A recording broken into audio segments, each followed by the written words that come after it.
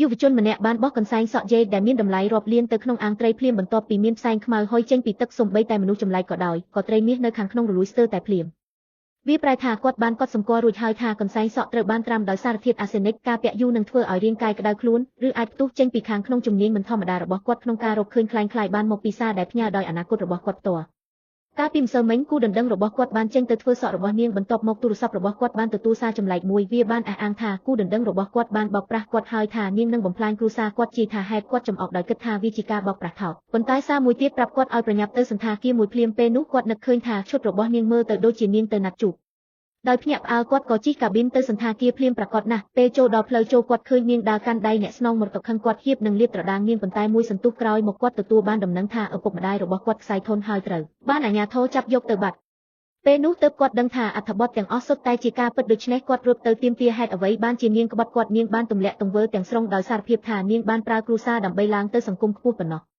ឥឡូវនេះគាត់គ្មានតម្លៃសម្រាប់នាងគាត់មិនមែនជាសម្រាមទេនាងថែមទាំងឲ្យសន្តិសុខមកគោះភ្នែកជាសំណាងល្អអ្នកស្នងមរតម្នាក់បានបង្ហាញខ្លួនទាន់ពេលវេលាដើម្បីជួយសង្គ្រោះគាត់ដឹងថានាងគឺជាក្មេងស្រីដែលធ្លាប់បានសន្យាជាមួយគាត់ថាជាកូនក្រមុំកូនដូច្នេះគាត់បានផ្ញើសារទៅអនាគតរបស់គាត់ភ្លាមដើម្បីសួរព័ត៌មានអំពីនាង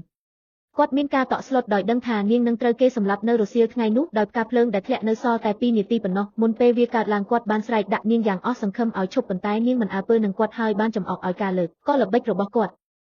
បានទាញនាងចូលទៅក្នុងដៃរបស់គាត់យ៉ាងលឿនហើយមួយវិនាទីបន្ទាប់ចង្កៀងបានធ្លាក់ចំកន្លែងដែលនាងកំពុងដើរនាងស្រឡាំងកាំងដោយសួរថាតើវាធ្លាក់ដោយរបៀបណាគាត់បានអះអាងយ៉ាងក្លាហានថាគាត់អាចមើលឃើញអនាគត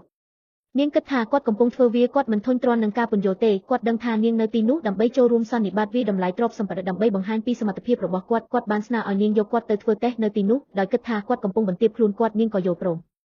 ពេលពួកគេទាំង3នាក់ចូលទៅក្នុងមហាសន្និបាតឈ្មួញវត្ថុបុរាណម្នាក់បានមកចិត្តដោយផ្ដល់ស្នែងសក់ពីត្បូងពេជ្រដល់នាងមើលមួយផ្លែតនាងអាចប្រាប់ថាវាមានគុណភាពល្អនាងបានផ្ដល់ប្រាក់800,000ភ្លាមដើម្បីទិញវាប៉ុន្តែភ្លាមនោះគាត់បានទទួលអត្ថបទមួយទៀតពីអនាគតខ្លួនគាត់ដោយព្រមានគាត់គុំឲ្យនាងទិញវា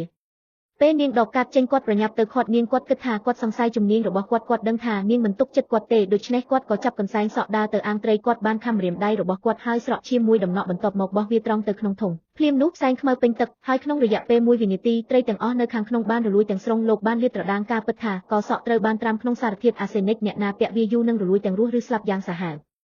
ខណៈដែលហ្វូងមនុស្សមឿងឆ្ងល់ចំពោះកែវភ្នែកដ៏មុតស្រួចរបស់គាត់អ្នកស្នងមរតកបានដើរចូលជាមួយគូដណ្ដឹងរបស់គាត់ភ្លាមនោះគាត់បានចំអកយុវជននោះថាជាមនុស្សគ្មានប្រយោជន៍ដោយអះអាងថាវាមិនអាចទៅរួចទេដែលគាត់មានជំនាញបែបនេះនៅពេលនោះអត្ថបទមួយទៀតពីអនាគតខ្លួនឯងបានមកដល់ដោយប្រាប់គាត់ឲ្យលេងល្បែងលើថ្មយេតទល់នឹងអាកាសជាមួយនឹងប្រាក់ភ្នាល់ឲ្យខ្ពស់តាមដែលអាចធ្វើទៅបានគាត់បានយល់ព្រមនៅនឹងកន្លែងហើយប្តឹងគាត់ពួកគេម្នាក់ជ្រើសរើសថ្ម9ពីគំនរប្រសិនបើកាត់ទាំង9ដោយបើកចំហដោយប្រាក់ចំណេញគាត់នឹងឈ្នះប៉ុន្តែបើសំបីតែម្នាក់បរាជ័យជីវិតគាត់នឹងជារបស់ខ្យល់អ្នកស្នងរត់បានអង្វរគាត់ឲ្យពិចារណាឡើងវិញសំបីតែយេខេងរឿងព្រេងនិទានក៏ធ្លាប់កាត់អ្នកឈ្នះ6អ្នកជាប់គ្នាដែរនេះពិតជាការធ្វើអត្តឃាតប៉ុន្តែគាត់បដិញ្ញាថានឹងសង្គ្រោះឪពុកម្ដាយរបស់គាត់លើកនេះគាត់នឹងប្រថុយគ្រប់យ៉ាងប្រឆាំងនឹងខ្យល់គាត់បានដើរទៅកាន់ថ្មហើយពិនិត្យមើលទូរស័ព្ទរបស់គាត់ភ្លាមគាត់បានជ្រើសរើសអ្វីដែលអនាគតរបស់គាត់បានចង្អុលបង្ហាញអ្នកស្នងមរតកបានសើចចំអកថាថ្មទាំងនោះមិនស័ក្តិសមនឹងដុំគ្រោះក្នុងស្រះត្រីរបស់គាត់ទេយុវជននោះមិនអើពើនឹងគាត់ហើយប្រាប់ចៅវាយឲ្យកាត់វាចោលអ្នកស្នងមរតកដ៏ក្រអឺតក្រទុំបានដឹងថាគាត់ហៀបនឹងសង្ឃ្លៃចំអករបស់គាត់យ៉ាងខ្លាំង